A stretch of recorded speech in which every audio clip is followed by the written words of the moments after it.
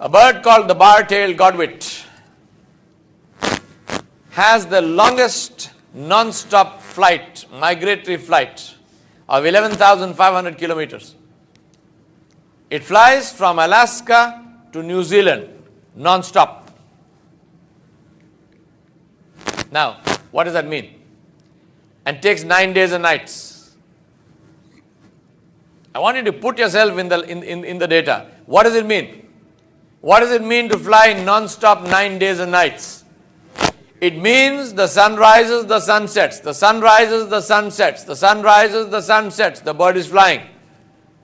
It means there is rainstorms, the bird is flying. It means there are snowstorms, the bird is flying. It means there are cities underneath, the bird is flying. It means there are oceans underneath, the bird is flying. It means there are deserts and forests underneath, the bird is flying. It means there is no food, no water. It doesn't eat, it doesn't drink, it doesn't sleep for 9 days and 9 nights. They have discovered that the brain of the bird, of this bar-tailed godwit, half the brain sleeps and half the brain is awake. And after a few hours, this half sleeps and this half is awake. They have no idea how. And remember, this is a small bird. This is not an albatross coasting on 14-foot wingspans. It's not taking advantage of thermals. It's beating its wings for 11,500 kilometers. Ajib, eh? That's the map of from where it goes to where, and that's a flat. If you look at it on the globe, it's like that. We'll go to another bird. Bar-headed goose. Bar-headed geese take off from Alaska. They go straight up. They hit the jet stream current at 33,000 feet, and they go.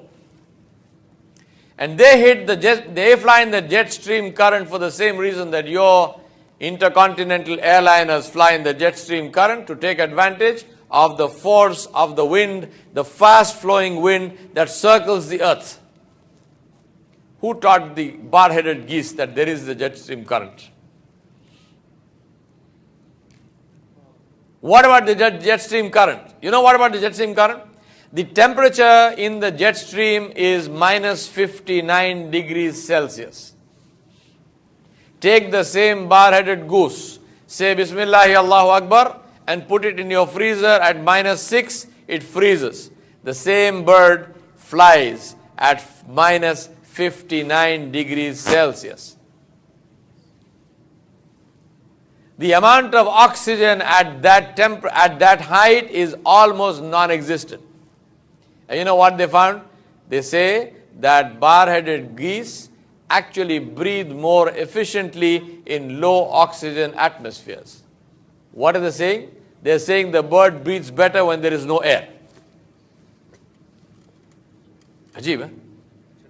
What's the question to ask? Why? Why? If you were the creator of birds, where would you put their food? If you were the creator of fish, where would you put their food? Allah subhanahu wa ta'ala put the food of birds, not aquatic birds. Birds which are not water birds, He put their food inside the water. And Allah subhanahu wa ta'ala put the food of fish in the air. The archer fish shoots down insects from trees and eats them. The kingfisher catches fish, and the kingfisher cannot swim.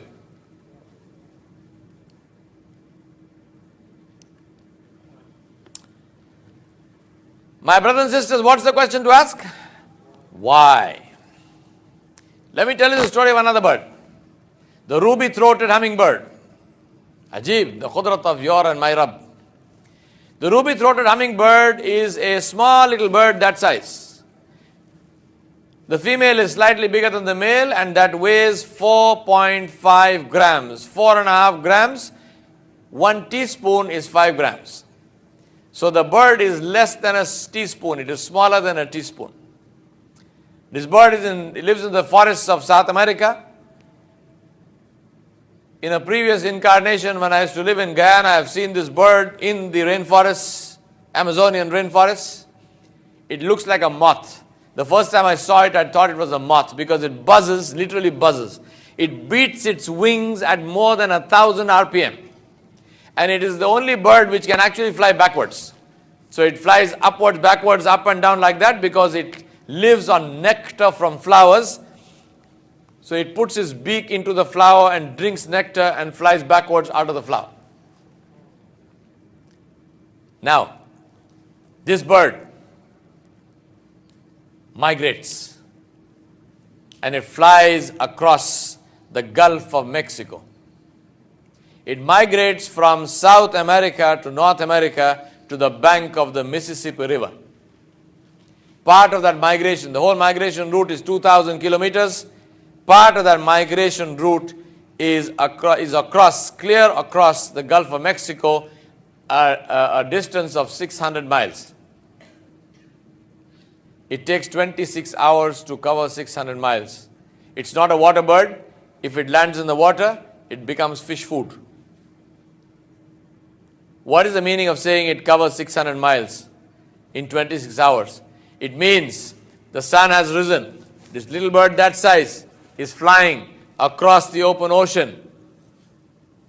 Waves underneath, winds on top. Little bird is flying. The sun has risen. The sun is at the zenith. The bird is flying. The sun is setting. The bird is flying. The sun has set. Pitch dark night. The bird is flying. Middle of the night. The bird is flying. Does not lose direction. Does not lose speed. Does not lose energy. Doesn't stop for food. Doesn't stop for water. Sun rises again. 2 hours into the new day, the bird lands in the United States of America without a visa.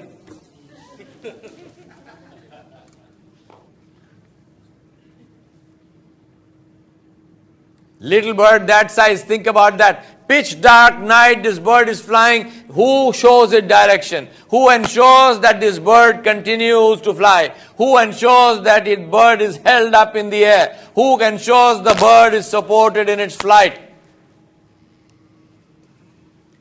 Butterflies, purple crow butterflies in Taiwan in the winter, they migrate 400 kilometers. A butterfly flies 400 kilometers. How many of them? They measured them. 11,500 butterflies per minute cross the highway. This is Allah subhanahu wa ta'ala.